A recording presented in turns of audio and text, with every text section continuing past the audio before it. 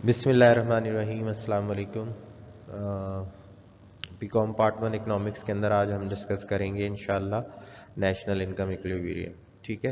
अच्छा, national income equilibrium का question बहुत ज़्यादा फ्रिक्वेंटली मैक्रो इकोनॉमिक्स का टॉपिक है और मैक्रो इकोनॉमिक्स के अंदर ये पूछा जाता है, तो इससे अंडरस्टैंडिंग होना आपकी बहुत ज़रूरी है और इसके अलावा इसको अच्छे से समझ लेना। और ये मुश्किल नहीं है, इंशाल्लाह समझ में आ जाएगा।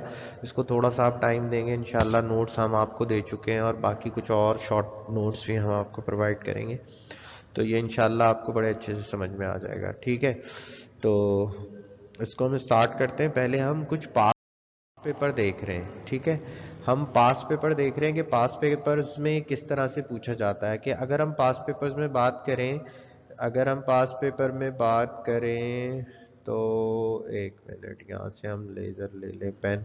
अगर हम पास पेपर में बात करें, देखें अक्सर ये क्वेश्चन आता है। एक तो ये कंजप्शन फंक्शन, अगर हम देखेंगे कंजप्शन फंक्शन की बात कर रहा है तो कंजप्शन फंक्शन हमने डिस्कस किया हुआ है और ये कंजप्शन फंक्शन वाला क्वेश्चन है। ये मल्टीप्लायर वाला क्वेश्चन आज हम डिस्कस करेंगे।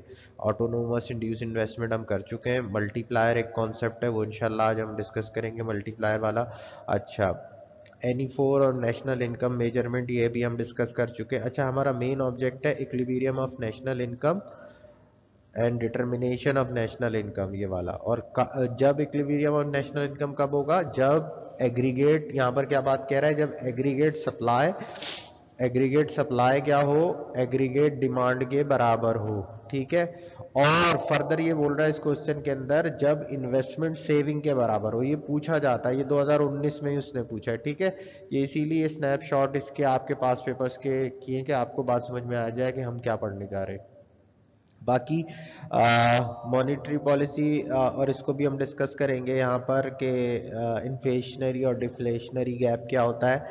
मल्टीप्लायर को इंशाल्लाह आज डिस्कस करेंगे। सारे टॉपिक हमने कवर करने हैं आज। अच्छा जी, हम नेक्स्ट देखते हैं। नेक्स्ट ये 2018 का पेपर है। 2018 के पेपर के अंदर मैक्रो इंपॉर्टेंस मैक्रो इकोनॉमिक्स के ऑब्जेक्ट्स है, ये भी हमने डिस्कस नहीं किया, इंशाल्लाह हम कर लेंगे। ये प्रोपेंसिटी टू कंज्यूम वाला क्वेश्चन हो चुका है और average propensity, marginal propensity to consume क्या होता है, ये हमने लास्ट डिस्कस भी कर लिया है। Explain the determination of saving, क्या क्या चीज़ें सेविंग को करती हैं, उसके डिटर्मिनेंट क्या है, ये हमें डिस्कस करने हैं। ये इंपॉर्टेंट है जो हम डिस्कस करने जा रहे हैं, कीन्स की थ्योरी इनकम और एम्प्लॉयमेंट और with the help of diagram. ठीक है, ये हमें डिस्कस करना है। इस सार में इन्फ्लेशनरी डिफ्लेशनरी गैप फिर आया है, इसको भी हम डिस्कस करेंगे। Kinds of unemployment, comparison, multiplier और एक्सीलरेटर, इसको भी हमें डिस्कस करना है। ठीक है, ये 2017 का पेपर है। 2017 के पेपर में भी ये आया है, how national income equilibrium determined, किस तरह से नेशनल इनकम इक्विलिब्रियम डिटरमाइंड होता है और उसको एक्सप्लेन करना है। इफेक्टिव डिमांड को हमने डिस्कस कर लिया है, यहाँ पर भी ये पूछा है और सिमिलर टॉपिक इसने पूछे हैं। आगे हम 2000 मजीद देखें, इसके अंदर भी इसने क्या पूछा है, इन्वेस्टमेंट फंक्शन पूछा है, हम डिस्कस कर चुके हैं। मल्टीप्लायर पूछ रहा है हमसे और एक न्यूमेरिकल है मल्टीप्लायर का, उसको भी इंशाल्लाह हम सॉल्व कर लेंगे। नेशनल इनकम की बात कर रहा है, इन्फ्लेशनरी गैप की बात कर रहा है, तो उसको भी हम डिस्कस करेंगे। अच्छा, ये 2016 का पेपर है, इसमें भी पूछा है कीन्स थ्योरी इनकम और एम्प्लॉयमेंट के बारे में पूछ रहा है। What do you mean the efficiency of capital discuss करना है। एक्सपेंशनरी, कॉन्ट्रैक्शनरी, फिस्कल पॉलिसी है, मेजरमेंट है, तो ये पूछा गया है यहाँ पर भी। ठीक है, यहाँ पर हम देखें, ये 2015 का पेपर है। 2015 के पेपर में ये क्या कह रहा है, right note of the following, ये कीन्स का साइकोलॉजिकल लॉ ऑफ कंजप्शन, कीन का साइकोलॉजिकल लॉ ऑफ कंजप्शन भी यही है जो हम डिस्कस कर रहे हैं, तो ये आपके जहन में होना चाहिए। ठीक है, अच्छा, इसके अलावा इंड्यूस इन्वेस्टमेंट क्या होती है, ये हम पढ़ चुके हैं। मार्जिनल ये नहीं पढ़ा, ये आज हम इंशाल्लाह डिस्कस करेंगे। मल्टीप्लायर और एक्सीलेटर क्या होता है, ये पूछ रहा है। और दोबारा ये क्वेश्चन आ रहा है, क्वेश्चन नंबर 6 बनकर आ रहा है कि equilibrium level of national income is determined where aggregate demand, जब एग्रीगेट डिमांड एग्रीगेट सप्लाई के बराबर हो और S बराबर हो I के, विद डायग्राम। ठीक है, और ये फेजेस ऑफ ट्रेड साइकिल भी हमने पढ़ लिया है। ठीक है, आगे चलते हैं। ये 2014 का पेपर है। 2014 के पेपर में इफेक्टिव डिमांड पूछ रहे हैं हमसे, हम कर चुके हैं इफेक्टिव डिमांड को, कंजप्शन फंक्शन को हमने कर लिया, factor determined of consumption function कर लिया। इसके अलावा how equilibrium of national income is determined, explain the help of diagram. तो ये भी वही बात कह रहा है, आज हम इसको डिस्कस करेंगे। और इसके अलावा भी हम इसके अंदर से ऑलमोस्ट चीज़ें कर चुके हैं, जो रह गई हैं वो इंशाल्लाह हम कर लेंगे, ठीक है। अच्छा, इसके बाद अब हम यहाँ से हम शुरू कर रहे हैं अपना aggregate output in short run. तो एग्रीगेट आउटपुट शॉर्ट रन में क्या होता है, सबसे पहले हम पहले भी इसको डिस्कस कर चुके हैं कि ये क्या होता है, मगर इसको बार बार हम डिस्कस कर रहे हैं, इसीलिए डिस्कस कर रहे हैं कि आपको इसका क्लियर व्यू हो जाए। ये चीज़ें डायरेक्टली आपसे एग्जाम में नहीं पूछेगा, जो चीज़ें आपसे एग्जाम में पूछेगा वो हम आपको इंशाल्लाह बताएंगे, मगर इसका कॉन्सेप्ट आपके पास होना चाहिए। ये पूछ रहा है इस वक्त आपसे, ये क्या पूछ रहा है कि पोटेंशियल, ये इसमें क्या हम डिस्कस कर रहे हैं, पोटेंशियल आउटपुट। तो पोटेंशियल आउटपुट क्या होती है, the output the economy would produce all factor of production। वो आउटपुट जो इकोनॉमी क्या कहलाती है, पूरे मुल्क के अंदर जो गुड्स एंड सर्विसेज प्रोड्यूस की जा रही है एक सर्टेन पीरियड ऑफ टाइम के अंदर, वो इकोनॉमी कहलाती है। और इकोनॉमी एक प्लेस होती है जहां पर हम गुड्स एंड सर्विसेज को प्रोड्यूस कर रहे होते हैं, ठीक है। तो उसके अंदर तमाम फैक्टर ऑफ प्रोडक्शन जो प्रोड्यूस कर रहे हैं, अब तमाम फैक्टर ऑफ प्रोडक्शन क्या है, ऑल फैक्टर ऑफ प्रोडक्शन हमारे पास क्या है, लैंड है, लेबर है, कैपिटल है, ऑर्गेनाइजेशन है, ये तमाम चीजें जो प्रोड्यूस कर रही हैं। और प्रोड्यूस क्या कर रही हैं, या तो इकोनॉमी में गुड्स प्रोड्यूस हो रही हैं या सर्विसेज प्रोड्यूस हो रही हैं, इसके अलावा कुछ नहीं प्रोड्यूस हो रहा है। या तो goods and where fully employed, यानी कि कोई लैंड, सारी जितनी यूज के काबिल लैंड है उसको यूज कर रहे हैं, जितने लेबर प्रोडक्टिव है उनको सबको जो है वो हम इस्तेमाल कर रहे हैं। इसी तरह जितने फैक्टर ऑफ प्रोडक्शन है उन तमाम फैक्टर ऑफ प्रोडक्शन को हम फुल्ली यूटिलाइज कर रहे हैं। तो पोटेंशियल आउटपुट क्या कहलाती है, पोटेंशियल आउटपुट ये कहलाती है कि जितने आपके इकोनॉमी में अवेलेबल फैक्टर ऑफ प्रोडक्शन है आप उनको फुल्ली और एफिशिएंटली भी क्या कर रहे हो, यूटिलाइज कर रहे हो। जब आप उनको फुल्ली और एफिशिएंटली यूटिलाइज कर रहे हो तो उससे जो फुल एम्प्लॉयमेंट के बाद जो आउटपुट आती है उसको हम क्या कहते हैं, पोटेंशियल आउटपुट। क्लियर है ये बात? अच्छा, एक्चुअल आउटपुट क्या होती है, what is actual, what is actual produce is a period which may differ from the potential। एक सर्टेन पीरियड के अंदर जो आप गुड्स एंड सर्विसेज प्रोड्यूस कर रहे हैं, एक सर्टेन पीरियड में जो आप गुड्स एंड सर्विसेज प्रोड्यूस कर रहे हैं उसको हम क्या कहते हैं, उसको हम कहते हैं एक्चुअल आउटपुट। और पोटेंशियल क्या है, जो जब अब ये एक सर्टेन पीरियड ऑफ टाइम में या शॉर्ट पीरियड ऑफ टाइम में क्या होता है कि आप मे बी कुछ आपके फैक्टर ऑफ प्रोडक्शन अनएम्प्लॉयड हो, मे बी कुछ एरिया ऑफ लैंड आप इस्तेमाल नहीं कर रहे हो, मे बी आप सही से कैपिटल यूटिलाइज नहीं कर रहे हैं, कुछ लोग अनएम्प्लॉयड हो। तो एक्चुअल आउटपुट वो है जो after the completion of that particular period आपके पास आती है। पोटेंशियल आउटपुट आप शुरू में डिस्कस कर लोगे पोटेंशियल आउटपुट क्या है, ठीक है। अच्छा, अब हम बात करते हैं शॉर्ट रन। अगर कीन्स की थ्योरी की बात करें तो शॉर्ट रन हम सो मेनी टाइम डिस्कस कर चुके हैं। The short run according to the Keynes a period of time in which the level output determined exclusively by the level of employment. ये बोल रहा है कि टोटल आउटपुट आपकी, जब कीन्स की थ्योरी की बात करते हैं ना, तो कीन्स ये बोलता है कि यहां पर पीरियड ऑफ टाइम ये नहीं होता कि एक एटलीस्ट एक फैक्टर ऑफ प्रोडक्शन आपका सेम हो, जो हमने normal short period of time के लिए डिस्कस किया है। यहां पर ऐसा नहीं होता।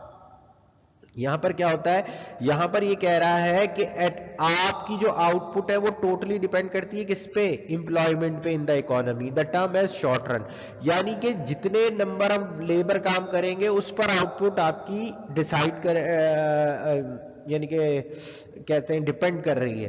तो अगर कीन्स के in the eyes of Keynes, John Maynard Keynes बहुत फेमस इंग्लिश इकोनॉमिस्ट हैं, जिन्होंने जब ग्रेट डिप्रेशन आया था 1930 के अंदर, उसके बाद इन्होंने क्लासिकल व्यू ऑफ थॉट जो था कि भाई डिमांड सप्लाई की रेट इज ओन डिमांड, उसको रिजेक्ट किया था। उसको रिजेक्ट करके इन्होंने बोला था हमेशा इस तरह से नहीं होता, हम पहले भी इसको डिस्कस कर चुके हैं, ठीक है जी।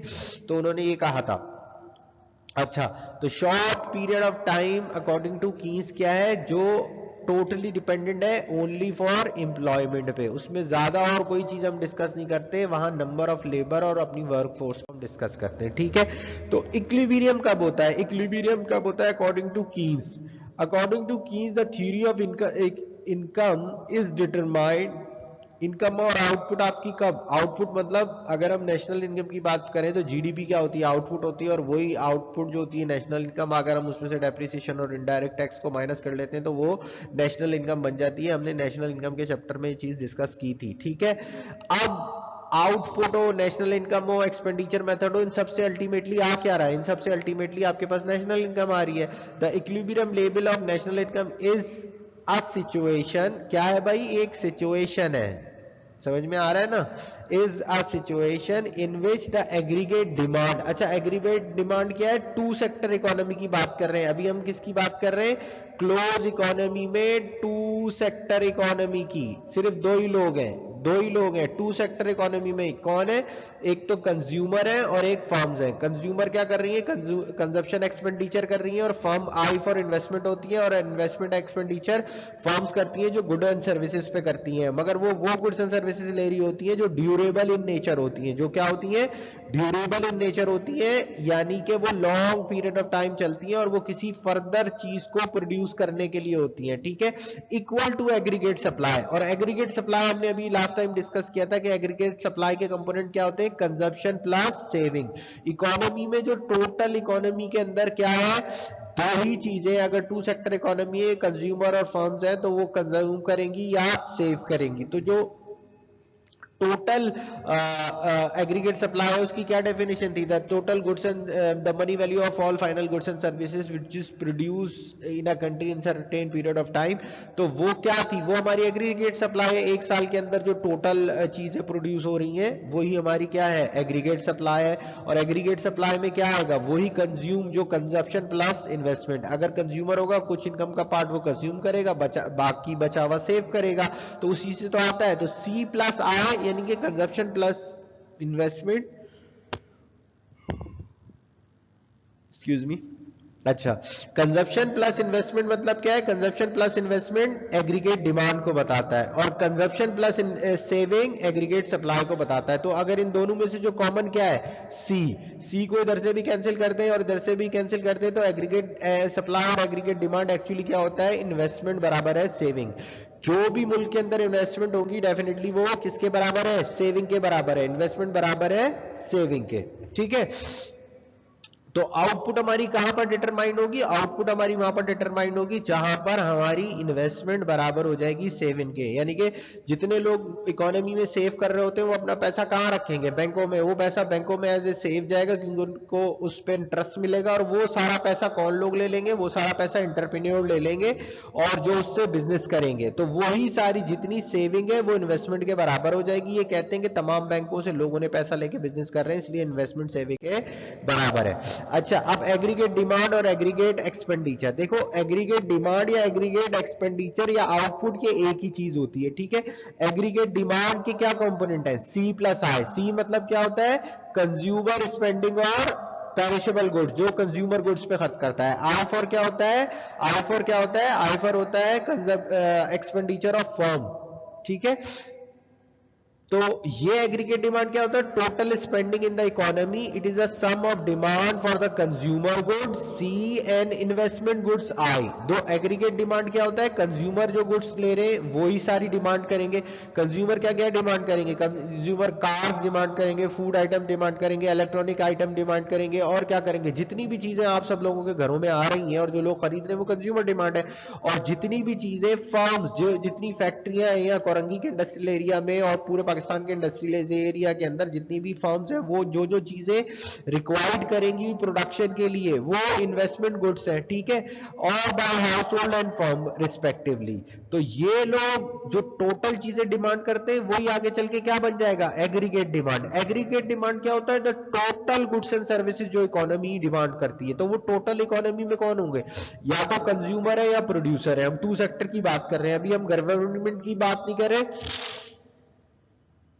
अभी हम गवर्नमेंट की बात नहीं कर रहे और किसकी बात नहीं कर रहे, अभी हम गवर्नमेंट की बात नहीं कर रहे और फॉरेन सेक्टर की बात नहीं कर रहे। तो दो ही लोग हैं, इन्वेस्टमेंट फर्म्स हैं और कौन है, या तो इकोनॉमी में फर्म्स हैं और ये फर्म्स के अलावा कंज्यूमर है। तो aggregate demand represent the realize value of household. Aggregate demand क्या बताती है कि जितनी भी चीजें डिमांड कर रहे हैं हाउस होल्ड, चाहे वो फूड आइटम है, इलेक्ट्रॉनिक्स आइटम है, सेलफोन है, जितनी भी चीजें वो एग्रीगेट डिमांड का पार्ट है। इसी तरह aggregate demand depend upon the household plan to consume and save. तो एग्रीगेट डिमांड किस पे होती है कि या तो हाउस होल्ड जो कंज्यूम कर रहे हैं उस पर डिपेंड करता है या जो वो सेव कर रहे हैं उस पर डिपेंड कर रहा है। तो aggregate demand is a linear और पॉजिटिव स्लोप, यानी कि एग्रीगेट डिमांड क्या होता है, पॉजिटिव स्लोप। जैसे जैसे नेशनल इनकम बढ़ेगी, positive slope, that the level of national income rise, the aggregate demand and aggregate spending also rises।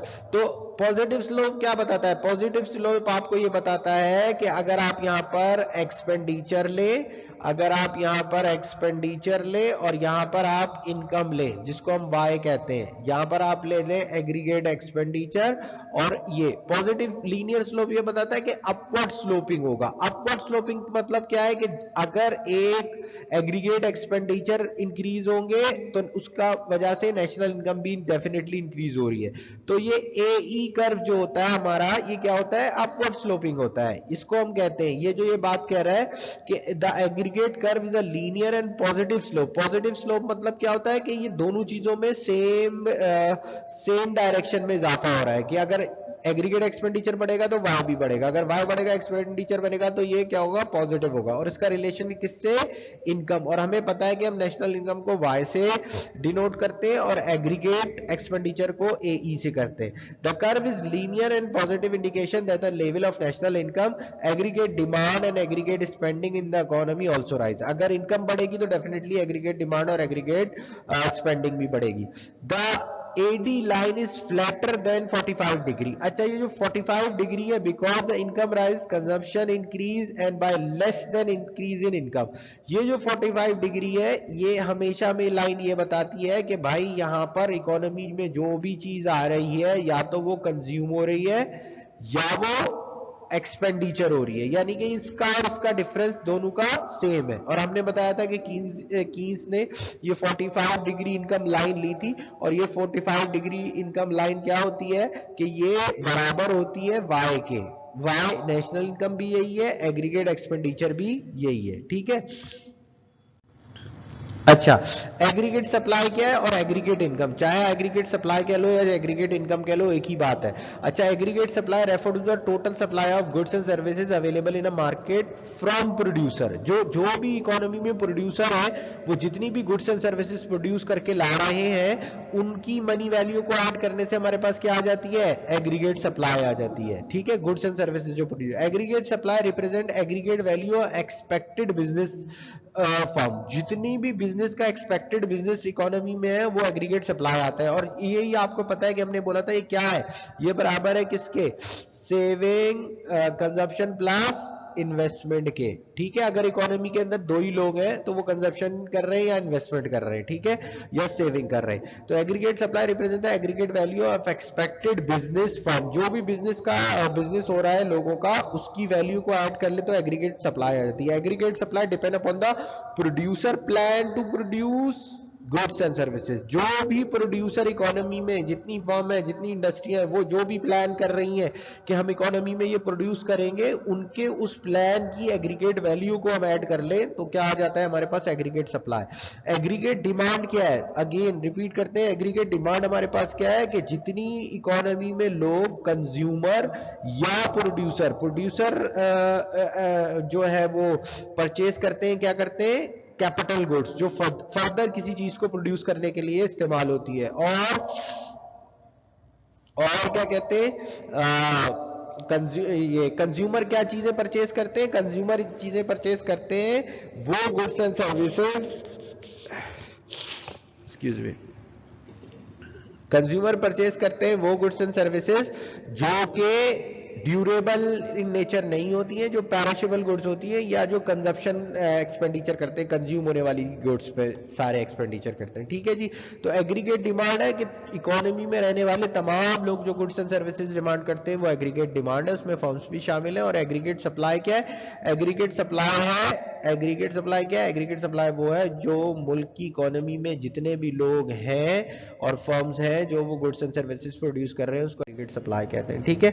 Equilibrium कब स्टैब्लिश होता है, तो equilibrium will be establish at a point equilibrium किस point पे establish होता है? जब aggregate demand is equal to aggregate supply. पहली इंपॉर्टेंट बात कि वो अक्सर ये बोलता है कि आप एग्रीगेट डिमांड और एग्रीगेट सप्लाई बताएं। तो देखें, जैसे हमने नॉर्मल डिमांड कर पढ़ा था ना, तो वहां पर हम क्या लेते थे? यहां पर हम लेते थे क्वांटिटी डिमांड और सप्लाई, यहां पर हम क्या लेते थे? प्राइस। तो डिमांड कर्व डाउनवर्ड स्लोपिंग होता है, ठीक है, और सप्लाई कर्व अपवर्ड स्लोपिंग होता है। तो जहां पर ये दोनों एक दूसरे को इंटरसेक्ट करते हैं वो हमारी क्या आ जाती है? Equilibrium, price. बट जब हम मैक्रो इकोनॉमिक्स में बात करेंगे तो जो एग्रीगेट डिमांड है, फिलहाल हम इसका कर्व ऐसे बना रहे हैं कि एग्रीगेट डिमांड, क्योंकि इस एक्सिस पे हम क्वांटिटी डिमांड ले रहे हैं, इस एक्सिस पे हम प्राइस ले रहे हैं। बट अगर हम इस एक्सिस पे नेशनल इनकम लें और एग्रीगेट एक्सपेंडिचर लें तो ये एग्रीगेट डिमांड का कर्व अपवर्ड हो जाएगा। ये बात याद रखना, आगे कंफ्यूज मत होना। अभी ये जनरल प्रिंसिपल मैं समझा रहा हूँ, इसलिए बता रहा हूँ कि अगर हम इस एक्सिस पे क्वांटिटी डिमांड, क्वांटिटी सप्लाई लें, इस एक्सिस पे प्राइस लें, तो डिमांड कर्व डाउनवर्ड स्लोपिंग होता है और सप्लाई कर्व अपवर्ड स्लोपिंग होता है, ठीक है। जहां पर ये एक दूसरे को इंटरसेक्ट करते हैं वो चीज क्या कहलाती है? वो डिटर्मिनेशन कहलाती है, प्राइस डिटर्मिनेशन। तो जर्नल इक्विलिब्रियम मैक्रो इकोनॉमिक्स में कब होता है? जहां पर aggregate demand is equal to aggregate supply. तो इस पॉइंट पे एग्रीगेट डिमांड और एग्रीगेट सप्लाई इक्वल हो जाती है।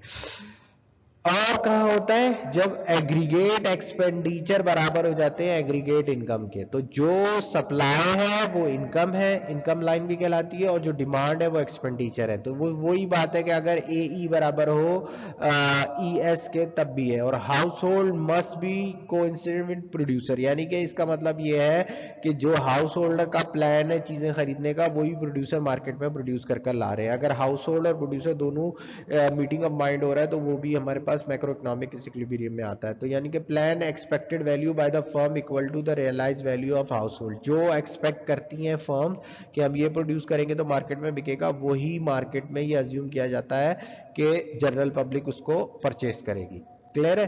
तो simply aggregate demand, aggregate supply जिस पॉइंट पे इंटरसेक्ट करते हैं एक दूसरे को, वो हमारा इक्विलिब्रियम पॉइंट आ जाता है। क्लियर है बात? जहां पर एग्रीगेट डिमांड और एग्रीगेट सप्लाई एक दूसरे को क्या करें? इंटरसेक्ट करें, वो हमारा इक्विलिब्रियम पॉइंट होता है। क्लियर है ये बात?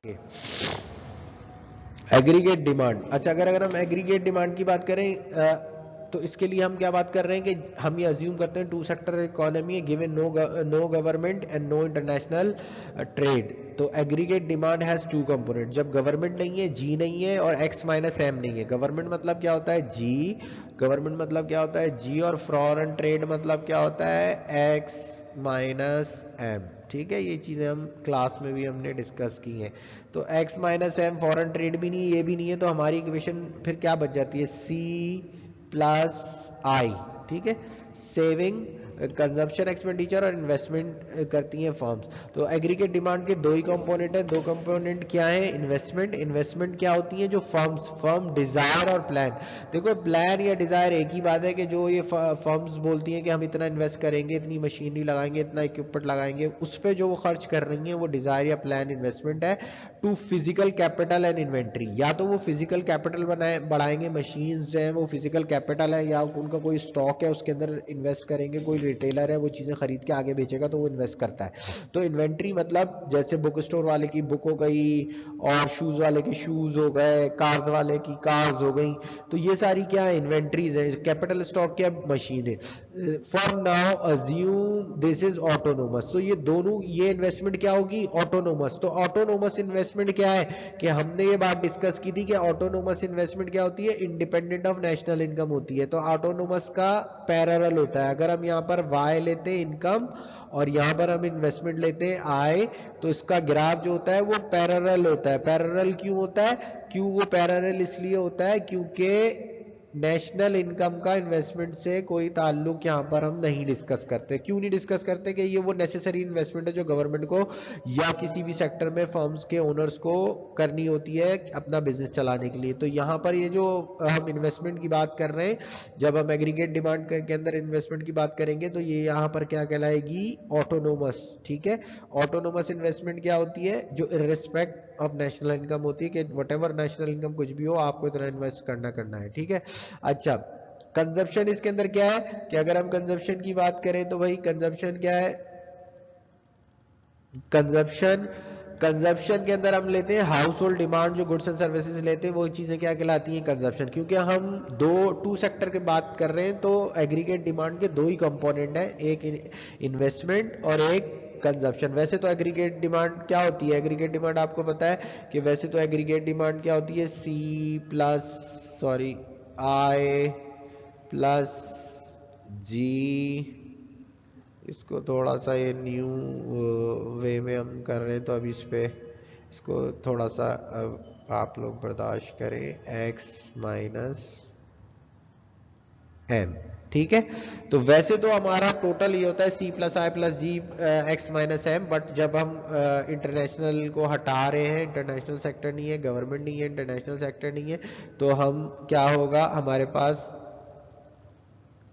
ना तो फॉरेन सेक्टर है और ना ये है, तो हमारे पास हाउस होल्ड की डिमांड आ जाएगी और क्या आ जाएगी, हमारे पास इन्वेस्टमेंट आ जाएगी। तो एग्रीगेट डिमांड हमारी किसके बराबर हो जाएगी, सी प्लस आई। ये बात सबको क्लियर है कि एग्रीगेट डिमांड अभी सी प्लस आई के बराबर क्यों है, एग्रीगेट डिमांड सी प्लस आई के बराबर इसलिए है क्योंकि ये टू सेक्टर इकोनॉमी है।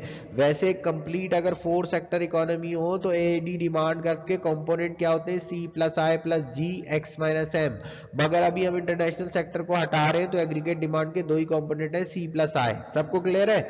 अच्छा जी, अब हम बात करते हैं कंपोनेंट ऑफ डिमांड। डिमांड के क्या कंपोनेंट है, house hold allocate there income between consumption and saving. ये हम अज्यूम करते हैं कि हाउस होल्ड की जितनी भी इनकम है वो कहाँ या तो कंज्यूम करेंगे या सेव करेंगे, और वो क्या है, पर्सनल डिस्पोजेबल इनकम।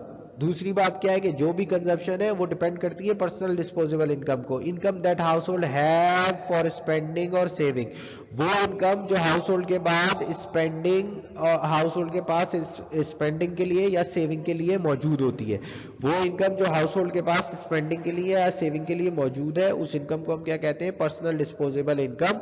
और ये पर्सनल डिस्पोजेबल इनकम किस तरह से हमारे पास आती है, ये पर्सनल डिस्पोजेबल इनकम आती है income from supply of factor service, यानी कि जो भी लैंडलॉर्ड है उसने लैंड देगा, जो लेबर है वो अपने मेंटल और फिजिकल एफर्ट्स देगा, कैपिटलिस्ट कैपिटल प्रोवाइड करेगा, एंटरप्रेन्योर अपनी सर्विसेज देके जो वो रेंट की सूरत में, वेजेस की सूरत में, इंटरेस्ट और प्रॉफिट की सूरत में लेंगे, वो उनकी इनकम होंगी।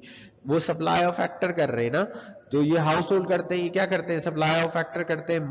प्लस करेंगे अगर ट्रांसफर ऑफ पेमेंट हो रही है, जैसे हम एहसास प्रोग्राम के कोई पैसे गवर्नमेंट ट्रांसफर कर रही है, बेनजीर सपोर्ट प्रोग्राम के कोई पैसे दे रही है तो वो ऐड कर लेंगे, और जो टैक्सेस है गवर्नमेंट लगाती है उसको हम लेस देंगे। क्लियर है?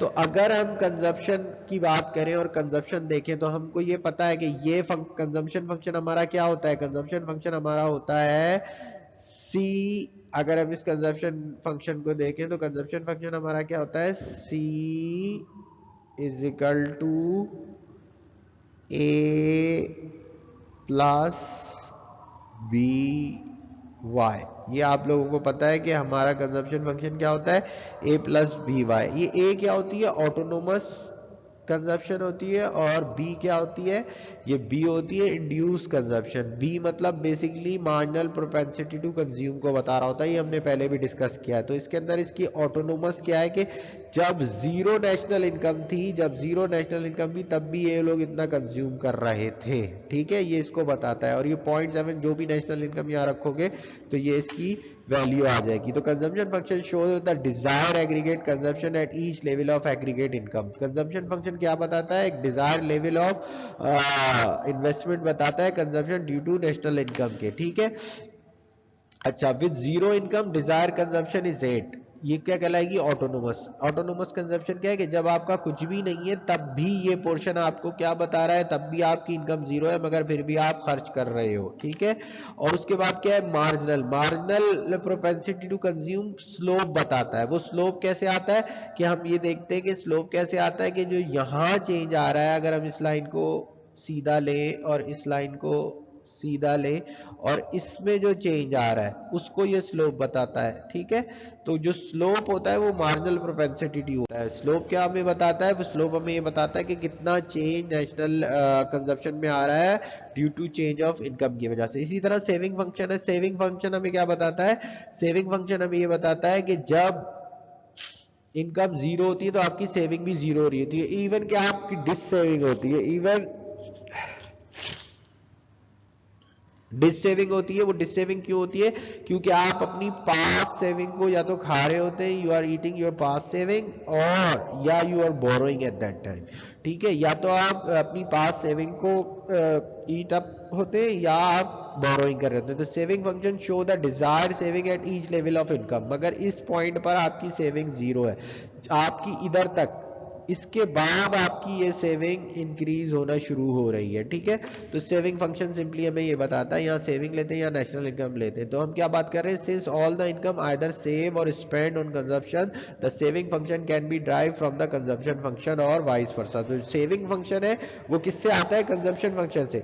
वहां पर हमारा सेविंग फंक्शन क्या था? हमारा सेविंग फंक्शन था वहां पर 8, अगर आपको पिछली स्लाइड याद हो, अच्छा 8 प्लस 0.7। अच्छा आप बोलेंगे आप बैक क्यों नहीं जा रहे? तो ये थोड़ी सी लिमिटेशन है कि इसके अंदर अभी हम बैक नहीं जा सकते, इसलिए हम आपको दिखा रहे हैं।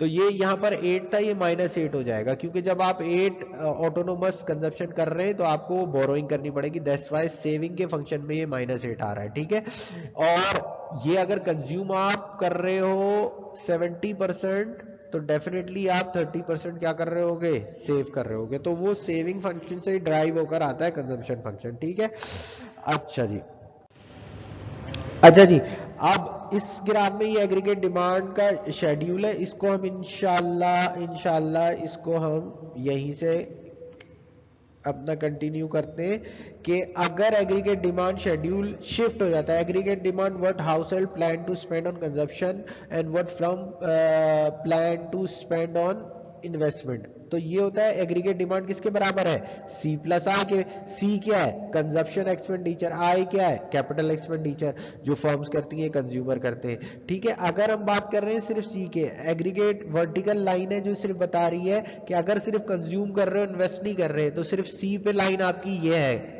ठीक है, बट अगर आप प्लस करते हैं I, यानी कि आप इन्वेस्टमेंट जो फर्म्स खर्चा कर रही हैं उसको भी आप ऐड कर लोगे, तो डेफिनेटली आपका जो एग्रीगेट डिमांड का कर्व है वो अपवर्ड शिफ्ट हो जाएगा। देखो ये याद रखना, हमने पहले एग्रीगेट डिमांड का कर्व ऐसे डाउनवर्ड किया था, मगर वो तब होता है जब यहाँ पर प्राइस लो और यहाँ पर क्वांटिटी डिमांड लो, तो जब डाउनवर्ड होता है। मगर हम यहाँ पर ले रहे हैं एग्रीगेट डिमांड इस एक्सिस पे, और इस एक्सिस पे ले रहे हैं हम इनकम। तो जैसे जैसे इनकम बढ़ेगी तो डिमांड भी तो ज्यादा होगी। जैसे जैसे लोग ज्यादा गुड्स एंड सर्विसेज डिमांड करेंगे तो क्यों कर रहे हैं? उनके पास इनकम बढ़ रही है। इनकम कहां से आ रही है? गवर्नमेंट उनको दे रही है, तो इसलिए ये अपवर्ड स्लोपिंग हो रहा है। ये नहीं कंफ्यूज होना कि एग्रीगेट सप्लाई का कर्व अपवर्ड स्लोपिंग होता है। आप तो कह रहे हैं कि एग्रीगेट डिमांड का कर्व भी अपवर्ड स्लोपिंग होता है। तो डिपेंड करता है कि आप अपने एक्स एक्सिस और वाई एक्सिस पे क्या ले रहे हो। ठीक है, आप अभी अपने एक्स एक्सिस पे ले रहे हो एग्रीगेट डिमांड, वाई एक्सिस पे ले रहे हो आप क्या ले रहे हो? इनकम। जैसे जैसे आपकी इनकम, नेशनल इनकम इंक्रीज हो रही है, वैसे वैसे आपके एक्सपेंडिचर भी इंक्रीज हो रहे हैं। ठीक है, तो अभी इस लेक्चर में इतना ही, इंशाल्लाह हम अपने नेक्स्ट लेक्चर में इसको यहीं से कंटिन्यू करेंगे। Thank you so much, thank you so much, अस्सलाम वालेकुम।